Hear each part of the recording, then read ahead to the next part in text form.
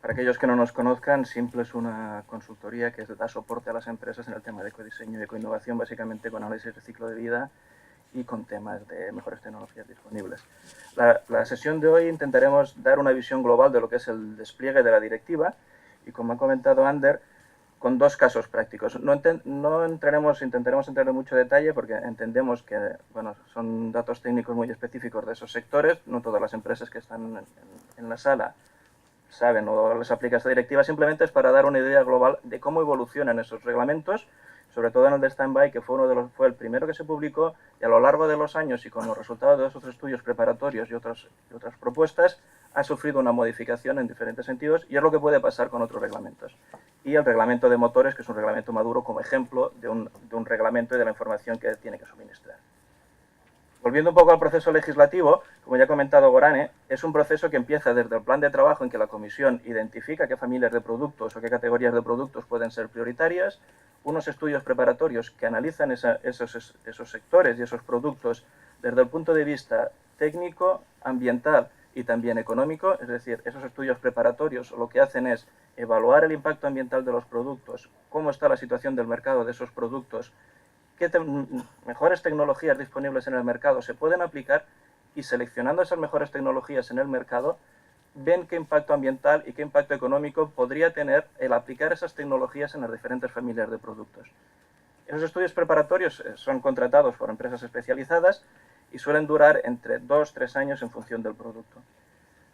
Si nos intentamos avanzar a lo que es la introducción de un reglamento, es importante analizar esos estudios preparatorios y estar al tanto de esos estudios preparatorios y sus conclusiones, que son totalmente públicas.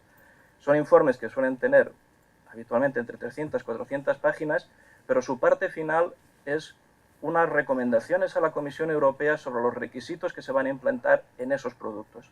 Por tanto, con cierto tiempo, todo el tiempo que dure lo que es la discusión en el foro consultivo y en la preparación del borrador, todo ese margen de tiempo las empresas pueden conocer a priori por dónde van a ir los tiros, para entendernos, y cuáles son los objetivos que se puede plantear la Comisión. Finalmente, la Comisión aceptará o no aceptará esos requisitos propuestos por el consultor, pero al menos ya sabremos el orden de magnitud, para entendernos, de la tragedia, y sabremos y podremos evaluar si nuestros productos están muy lejos o muy cerca de esos objetivos que se están recomendando a la Comisión. A partir de aquí se hacen los documentos de trabajo, el borrador de reglamento y al final la adopción del reglamento. Importante, una vez que el reglamento está publicado en el Diario Oficial de la Unión Europea, en 20 días desde esa fecha entra en vigor, es decir, ya es aplicable.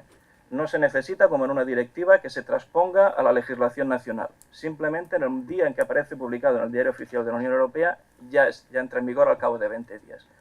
Por tanto, el margen de maniobra, para entendernos, de una vez que se ha publicado el reglamento, es menor, sobre todo para las empresas que puedan estar afectadas.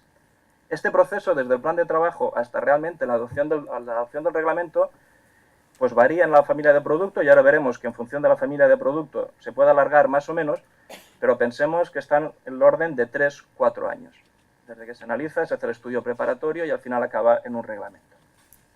Si miramos en detalle los reglamentos que hay publicados hasta la fecha y las familias de productos en las que están afectados, al final, a fecha de hoy, hay 20 familias de productos afectados con esos 24 reglamentos.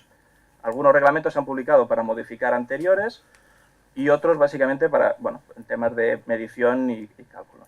Básicamente las familias están también por orden de publicación. El primero que se publicó fue el de Standby, de los equipos domésticos y oficinas, de codificadores simples, lámparas de uso doméstico no direccionales, productos de iluminación al sector terciario, básicamente lámparas fluorescentes sin balastro, lo que son lámparas de descarga y toda la parte asociada de balastros y luminaria, fuentes de alimentación externas, motores eléctricos, circuladores, impresas estopas, televisores, agentes de refrigeración, aparatos de refrigeración domésticas, lavadoras, lavavajillas, ventiladores motor, aires acondicionados y ventiladores. La diferencia entre estos dos es básicamente la potencia del ventilador. En la parte de acondicionamiento de aire se está hablando de 125 vatios, en los ventiladores de motor va desde 125 vatios hasta 500 kilovatios. Bombas hidráulicas, secadores de tambor doméstica, lámparas de uso direccionales, LEDs y equipos, ordenadores, aspiradores, aparatos de calefacción y calentadores de agua. Más que lo que es las familias, evidentemente las familias de productos que están afectados, digamos que si hay un producto que afecta a estas familias, se tiene que estar preocupando porque realmente les está afectando un reglamento. Y lo que es importante también son las fechas en que se empieza a aplicar los primeros requisitos y la fecha de los primeros requisitos y los segundos requisitos. Básicamente los reglamentos lo que hacen es, una vez publicados, dan un margen aproximadamente de un año desde su fecha de publicación hasta que entran en aplicación los primeros requisitos, y después hay otro margen de requisitos más estrictos que se aplican a más largo plazo, digamos 2 o 3 años posteriormente a la fecha de publicación. Por eso el margen que una empresa tiene si realmente se ha aplicado un reglamento desde la fecha de publicación hasta que ya haya unos requisitos que le afecten y que le impidan vender el producto en la Unión Europea si no cumple esos requisitos, habitualmente es de un año. Es decir, es importante intentarse avanzar, sobre todo si no cumple. Un año para cambiar un producto, para modificar el diseño, para hacer todo el proceso de diseño, evidentemente en muchos productos no es suficiente. Por tanto, esa fecha límite de un año nos limita a la hora de poder vender ese producto. Y como pueden ver, si miramos la fecha de reglamento, por ejemplo, el stand-by que se publicó a finales del 2008, prácticamente en diciembre, ya podemos contar que es 2009, hasta cuando entra en vigor los primeros requisitos, pasa un año. Un año en que ciertos productos ya se quedan fuera del mercado. En la tabla también pueden ver diferenciado lo que son los requisitos que ya están en vigor, que ya se tienen que cumplir, y aquellos que en un plazo corto o breve tiempo se tienen que aplicar. La tabla está actualizada en septiembre del 2013. Como pueden entender, esto es un proceso dinámico que periódicamente se van publicando reglamentos. También mencionar de esta tabla, digamos, que el trabajo que está haciendo la Comisión no es uniforme. Si vemos, en el 2008 se publicó simplemente un reglamento, en el 2009 se publicaron 8, en el 2010 2, en el 2011 1, en el 2012 4 y en el 2013 4. Aparte de otros que modifican los anteriores.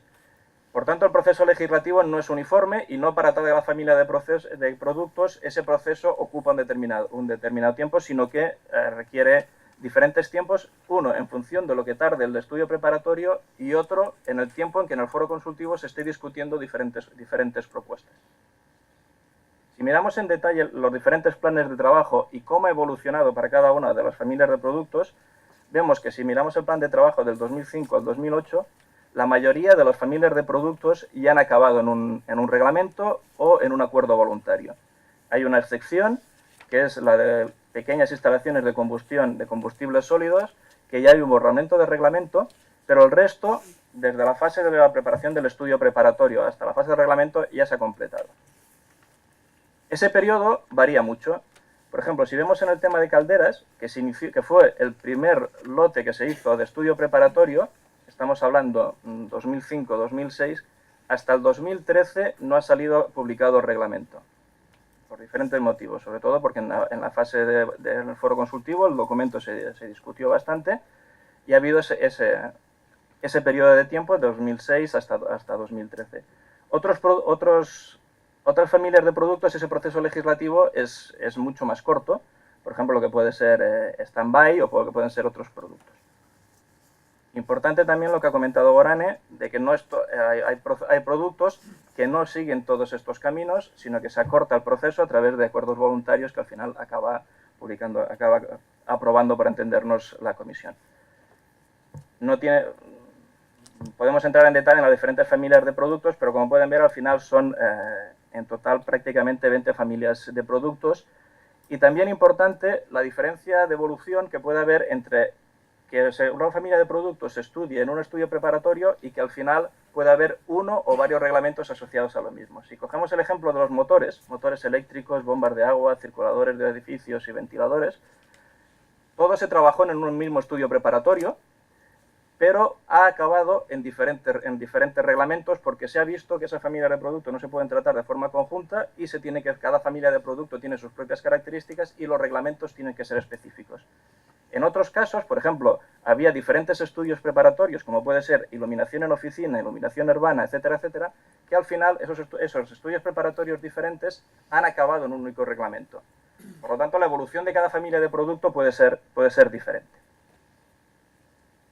Si miramos el plan de trabajo del 2009 al 2011, se llama el primer plan de trabajo porque el otro sería del periodo transitorio, a pesar de que sea en realidad el segundo, el estado es ya, digamos, ya diferente. Es decir, en algunos casos todavía se está elaborando el estudio preparatorio y en otros casos, para entendernos, ya hemos llegado a un reglamento.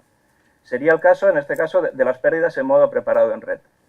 Como veremos más adelante, este estudio preparatorio no ha generado un reglamento propio, es decir, no tenemos un reglamento de pérdidas en modo preparado en red, sino que las conclusiones de este estudio preparatorio se han incluido en lo que es el reglamento de stand-by y le han producido una modificación, añadiéndole todas las conclusiones en ese reglamento de stand-by. Lo veremos un poco más en detalle más adelante. El resto, pues como pueden ver, el grado de evolución es diferente, desde algunos que van, digamos, por acuerdos voluntarios, como puede ser, por ejemplo, podría ser máquina y herramienta, y otros en los que ya está en su fase de borrador, como podían ser hornos o lo que podían ser productos de calefacción local. Si vamos al segundo plan de trabajo, evidentemente acabamos de empezar y lo que se han iniciado son los estudios preparatorios. Estudios preparatorios de ventana, cables de potencia, lo que son los servicios de almacenamiento de datos para las empresas y lo que puedan ser los productos relacionados con el agua. Importante en este segundo plan de trabajo, que ya no solo estamos hablando, como hasta la fecha, de productos que utilizan energía, sino que ya se empieza a trabajar con lo que realmente es el nombre de la directiva, productos relacionados con la energía. Productos relacionados con la energía, como pueden ser ventanas o como pueden ser, en otros casos, como pueden ser en familias de productos condicionados, lo que pueden ser productos de aislamiento térmicos, que ya se verá, como ha comentado Gorane, si realmente al final, en función de los resultados de los otros estudios preparatorios, si realmente se acabarán analizando. Como ven, ese estudio o ese proceso legislativo es diferente para cada familia de producto, en función del grado de discusión de las diferentes propuestas puede ser más largo o menos, pero lo que sí que es importante es el mensaje, otra vez, de intentarse avanzar a la publicación del reglamento. Si se publica el reglamento, el margen de maniobra es corto, un año como mucho, un año y poco. Si se va preparando con tiempo, se analizan las conclusiones de los estudios preparatorios, se ve el documento de trabajo o los borradores del reglamento, la empresa se puede avanzar y puede prever qué productos de los que tiene en su gama de catálogo estarán afectados, cumplen, no cumplen, etcétera, y por tanto tiene mucho más margen de maniobra. Como ha comentado antes Gorane, las implicaciones de los fabricantes no solo son requisitos de ecodiseño, que pueden ser de dos tipos, requisitos de ecodiseño específicos o genéricos. ¿Cuál es la diferencia? Los requisitos de ecodiseño específicos son aquellos que fijan un valor límite, hasta la fecha la mayoría, y como ha comentado Chema, a partir de ahora se comenzará a trabajar más en lo que puedan ser requisitos genéricos, en los que se trabajan aspectos más genéricos como pueden ser gestión de residuos, sustancias peligrosas, etcétera, etcétera. También esos partes de requisitos genéricos es información hacia el usuario final. Y toda la parte de requisitos de gestión asociados a la evaluación de conformidad, declaración de conformidad y el marcado. ¿En qué consiste un reglamento? La idea ahora es ver un poco lo que es un reglamento, lo focalizaremos en el reglamento de stand-by como ejemplo, pero digamos que esta estructura genérica es para cualquier reglamento que hasta la fecha se ha publicado. Y tenemos que, de ese reglamento hay esos aspectos que son importantes ver, y es importante ver en detalle sobre todo ciertos aspectos, porque el título del reglamento nos puede decir, en este caso, que aplica a equipos eléctricos y electrónicos domésticos y de oficina, pero tenemos que ver claramente qué equipos son, porque el nombre puede ser muy genérico. Viendo un reglamento, la primera parte evidentemente es el título, dice cuál es el objetivo para entendernos de ese reglamento, pero habla de familias genéricas, equipos eléctricos y electrónicos, etcétera, etcétera. Luego hay toda una parte en lo que el reglamento habla de antecedentes, es decir, comenta parte de los resultados de los estudios preparatorios, comenta parte del beneficio ambiental que puede tener el aplicar ese reglamento, hace un poco para entendernos de introducción de ese reglamento y de conclusiones, sobre todo de los estudios preparatorios. A partir de aquí, la parte importante es ver, uno, el objeto y el ámbito de aplicación, es decir, a qué producto nos está afectando, pero sobre todo la parte de definiciones. En la parte de definiciones es donde encontraremos exactamente qué entiende en este caso el reglamento, lo que es un aparato eléctrico y electrónico, qué productos realmente están afectados dentro de esa familia de productos, porque evidentemente puede haber diferencias en función de la potencia, en función de la funcionalidad que ofrezcan, etcétera, etcétera. Y en este caso hay todo un anexo 1 en que se detallan qué productos están afectados. En otros casos puede ser diferente y simplemente en la etapa de definiciones se puede ver si tu producto entra o no entra, pero tenemos que analizar en detalle esa parte de definiciones. A partir de aquí, la parte de requisitos de diseño ecológico a cumplir. En este caso se ponen en un anexo específico, en el anexo 2, en otros casos se detallan directamente en el texto, pero es donde nos está diciendo básicamente qué límites o qué aspectos tenemos que cumplir de requisitos y cuáles son los plazos para cumplirlos. A partir de aquí también la parte de evaluación de conformidad. En este caso, habitualmente el reglamento no entra en mucho detalle en lo que es la evaluación de conformidad. ¿Por qué? Porque hace referencia a la directiva. En la directiva ya se explica en los anexos 4 y 5 cómo se hace el control interno del diseño o qué se entiende por un sistema de gestión, y básicamente lo que hace es referencia a la directiva y no se detalla exactamente cuál es el mecanismo de evaluación de conformidad, si bien sí que en cada reglamento específico lo que se especifica muy claramente son cómo se tienen que realizar las medidas para saber que realmente tu producto está cumpliendo y con qué normas tienes que hacer esas medidas para poder hacer esa evaluación de conformidad y esa declaración de conformidad. A partir de aquí también se especifica lo que puede ser la vigilancia del mercado. La vigilancia del mercado en sí también está más detallada en la directiva, pero también suele haber un anexo o una parte del texto en que se especifica cómo el organismo oficial encargado de hacer esa vigilancia del mercado tiene que hacer la selección de las muestras y cuál es el margen de error que permite para decidir si un producto cumple o no cumple, o se puede decir que ese producto se tiene que retirar del mercado.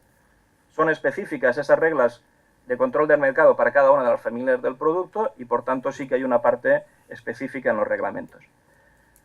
Otra parte del reglamento para saber si realmente nuestro producto está muy cerca o muy lejos de lo que es lo que entendería la Comisión como, para entendernos, el óptimo, es lo que se entiende como los valores de referencia. En los estudios preparatorios que se han analizado el sector, lo que se hace es ver qué mejores tecnologías hay disponibles en el mercado y esos valores de referencia, digamos que serían el top, es decir, lo mejor de lo mejor que hay en el mercado. Después los requisitos son, para entendernos, un poco más bajos, es decir, no intenta llegar a ese top, pero sí que da valores de referencia, es decir, para esa familia de productos, para esos productos que están afectados, cuál sería el mejor que hay o los mejores que hay en el mercado. También indica cada cuánto se tiene que revisar el reglamento en sí y la entrada en vigor. La entrada en vigor, como hemos comentado, del reglamento son 20 días después de su publicación, pero los requisitos de diseño ecológico se aplican con un cierto tiempo de periodicidad. En este caso, 1 y 4 años, que en este caso se especifican en lo que es el reglamento en sí, en el anexo 2 del reglamento. No entraremos en detalle, pero volver a enfatizar un poco en la idea.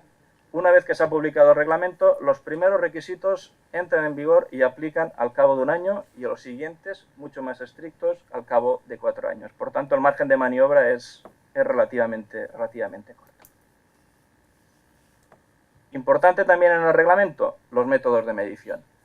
Es decir, se informa y se dice cómo los fabricantes tienen que medir su producto, la variable que se regula por el requisito de diseño ecológico, con qué normas y cómo se tiene que realizar esas pruebas y toda la documentación, información que se tiene que generar y guardar para justificar esa evaluación de conformidad y esa declaración de conformidad si realmente al final viene la administración y reclama esa información. Hay todo un listado del tipo de información que se tiene que guardar, básicamente las medidas que se han realizado, con qué estándar, los resultados obtenidos, etcétera, etcétera. También dentro de eso, no es el caso en lo que es el reglamento de stand-by, pero en otros reglamentos también hay todo un apartado de lo que es información al usuario final del producto. Es decir, qué tipo de información se le tiene que suministrar al usuario y utilizando qué tipo de canales. ¿De acuerdo? Importante también en los métodos de medición. Se pueden encontrar que al leer el reglamento se especifique que el método de medición, una frase tan genérica como que tiene que ser representativo, fiable, etcétera, etcétera. Habitualmente lo que se hace posteriormente a la publicación del reglamento es especificar con qué estándar. Pero hasta cuando no se tenga ese estándar, se acepta esa parte de un método fiable, reproducible, etcétera. Y ahora si entramos un poco en detalle, lo que queríamos entrar ahora un poco en detalle es analizar dos reglamentos. Dos reglamentos, como hemos comentado, el de stand-by y el de motores. ¿Por qué hemos elegido estos dos?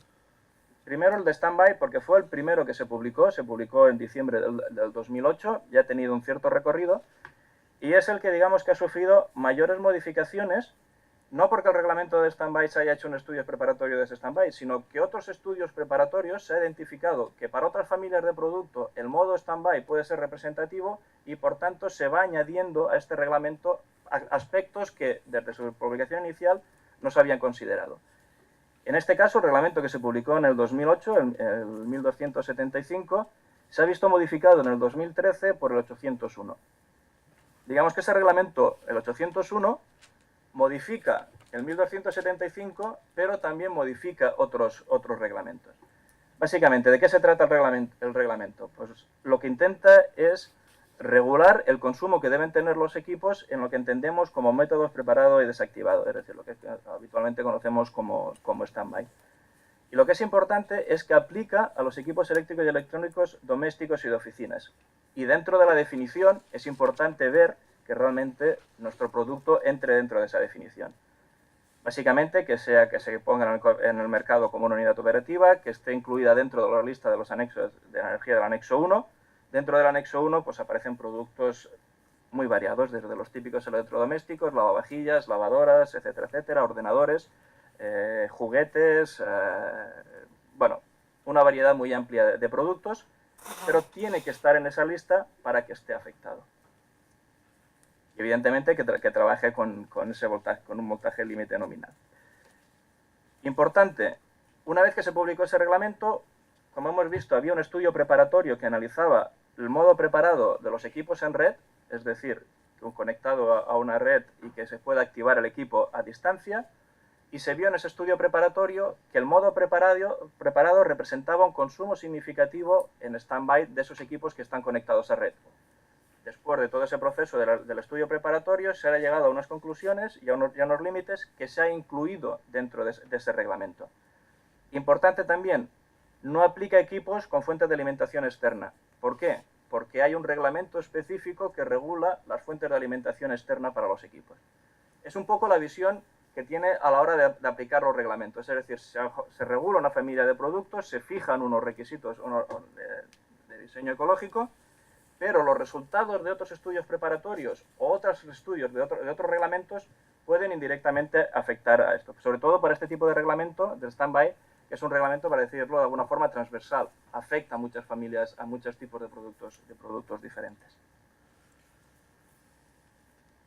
No entraremos ahora quizá en lo que son las definiciones, simplemente ese reglamento nuevo, el 801, ¿qué ha hecho? Modificar toda la parte de definiciones, ha mantenido ciertas definiciones, pero ha añadido nuevas, sobre todo nuevas definiciones en lo que es modo preparado en red, etcétera, etcétera. Lo que es importante al final es que fija unos ciertos valores de consumo máximo en esos modos. Hay una parte que todavía sigue en vigor, es decir, del reglamento original, los modos desactivados, preparado con visualización o preparado sin visualización, siguen siendo esos mismos valores. No entraremos en detalle en los valores, sino simplemente la idea de que el paso de los requisitos del 2010 al 2013 se dividen por dos. Es decir, los primeros reglamentos, la entrada, los requisitos al primer año pueden ser más o menos exigentes, pero los requisitos a 4 años vistas se convierten en la mitad. Es decir, ese segundo paso en muchos casos sí que es significativo. ¿Qué se ha añadido con esa revisión del reglamento?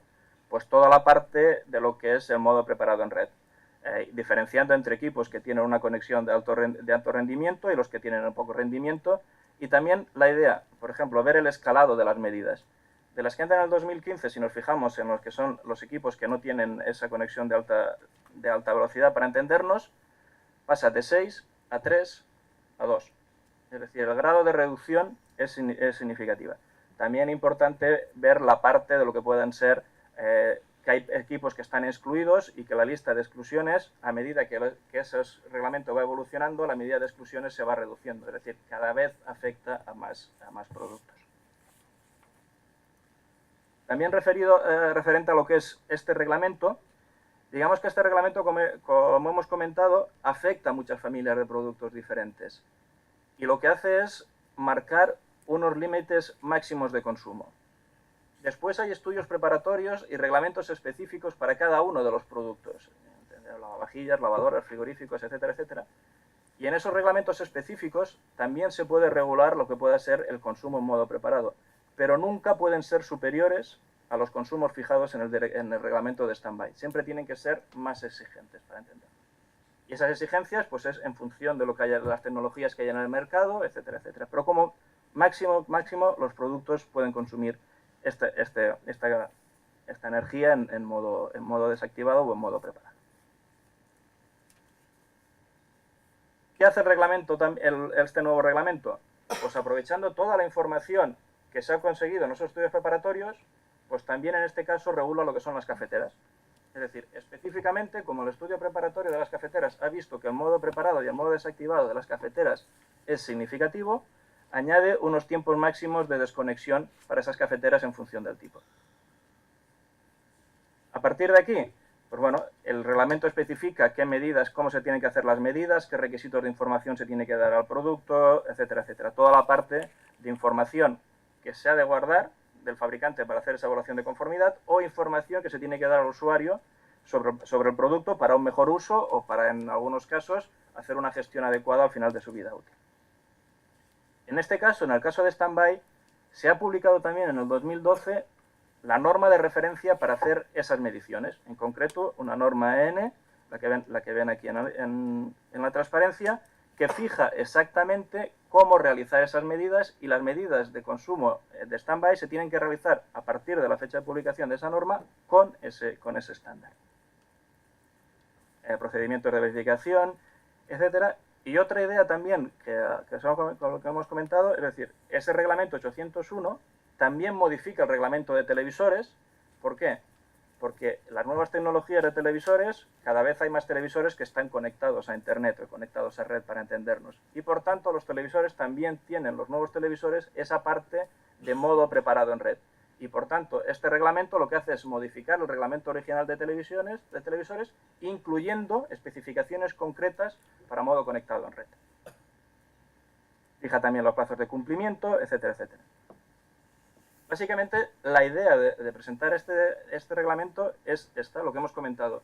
El reglamento y los reglamentos son documentos vivos, es decir, una vez publicados, se revisan cada cierto tiempo, o también se revisan con las conclusiones de otros estudios y de otros reglamentos que hacen al final que todo este proceso de publicación de reglamentos y requisitos, etcétera, etcétera, sea un proceso bastante dinámico y que sea necesario estar, al menos, con una antena puesta en lo que es la evolución de esos requisitos. Un ejemplo más típico podría ser el reglamento de motores. Sería un reglamento estándar, se publicó en el 2009. También importante ver que, si bien el título general son motores eléctricos, realmente aplica a un tipo muy concreto de motores. De inducción eléctrico, velocidad única, de jaula de ardilla, con diferentes frecuencias, con diferentes tipos, número de polos, etcétera, etcétera. Por tanto, no solo basta con ver el título del reglamento, sino que hay que ir a las definiciones y ver exactamente a los que afecta. Es decir, pasamos de que el título es motores eléctricos, la gama es bastante amplia, a un tipo muy concreto y además que esté pensado para un servicio en funcionamiento continuo. Hemos limitado bastante el campo y por tanto es importante ver esas definiciones y ese campo de aplicación.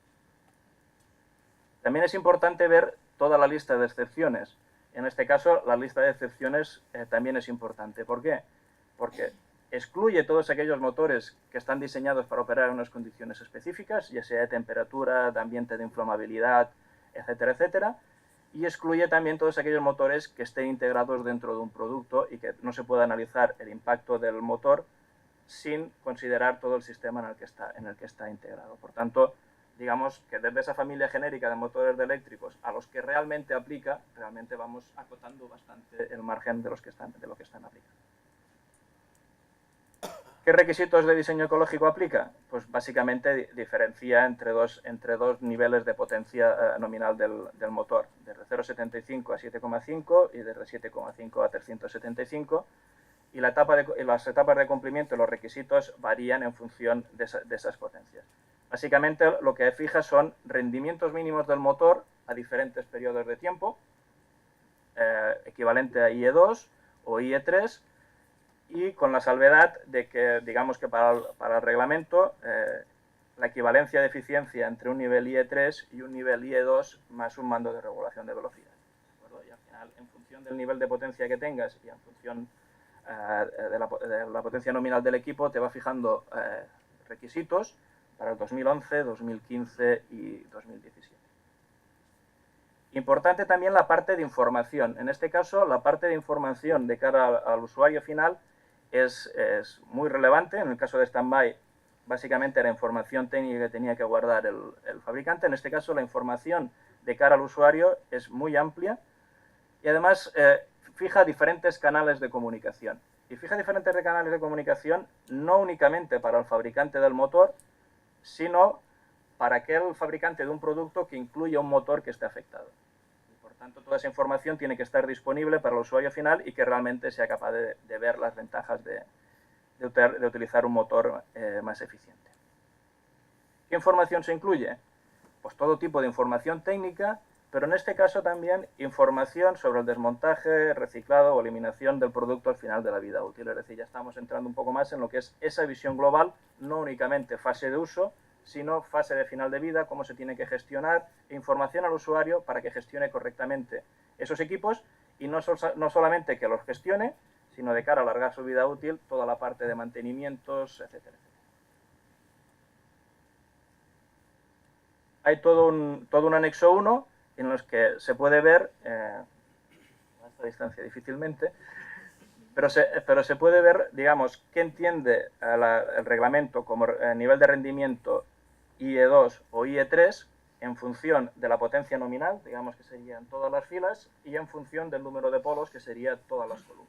Con lo cual, se puede ver, si tenemos que cumplir un nivel de rendimiento mínimo IE2, nuestro motor tiene tal potencia y tiene tal número de polos, podemos ver que el rendimiento mínimo será del 91, del 94, del 89, etcétera, en función del tipo de motor.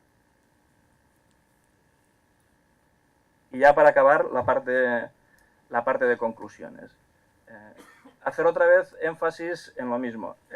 Es importante hacer ese seguimiento del proceso legislativo, sobre todo si nuestro producto está incluido dentro de lo que son los planes de trabajo de la comisión y si vemos ya que digamos que la comisión se ha fijado en nuestra familia de productos y tiene intención, como mínimo, de hacer un estudio preparatorio y en función de las conclusiones del estudio preparatorio quizá llegue un reglamento, pero es importante ya analizar si nuestro producto está dentro de un plan de trabajo de la comisión.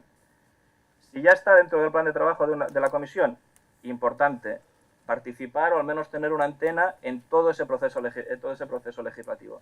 Desde el estudio preparatorio, en el que al final de ese estudio preparatorio podremos ver qué recomendaciones de requisitos está haciendo el consultor a la comisión, los documentos de trabajo que nos indicarán más concretamente por dónde van a ir esos requisitos y ya al final el borrador de reglamento que ya nos está orientando perfectamente hacia dónde van a ir esos requisitos. Cuanto antes empecemos, más tiempo y más margen de maniobra tendremos para empezar a trabajar y para adelantarnos a que nos entre un reglamento en vigor y tengamos margen de un año para modificar nuestro producto, sacarlo del mercado, etcétera, etcétera. ¿El reglamento ya está publicado y no hemos hecho nada? Probablemente nos tocará correr y lo que tendremos que hacer es fijarnos claramente en el reglamento y analizar en detalle a través de las definiciones, alcances, etcétera, etcétera, si nuestro producto está afectado y si identificamos que está afectado, ver qué requisitos y qué plazo de maniobra tenemos para que realmente podamos cumplir esos requisitos y a partir de aquí, si estamos afectados por requisitos, etcétera, etcétera, comenzar a trabajar en toda la información a suministrar, a conservar toda la parte de evaluación de conformidad, declaración de conformidad, marcados de, etcétera. Y por mi parte ya sería todo. Ha sido la parte quizá más densa, pero era la parte de dar una visión y la importancia, sobre todo, como ya se ha comentado varias veces en las presentaciones, de intentarnos avanzar. Cuanto más nos avancemos, más margen de maniobra tendremos.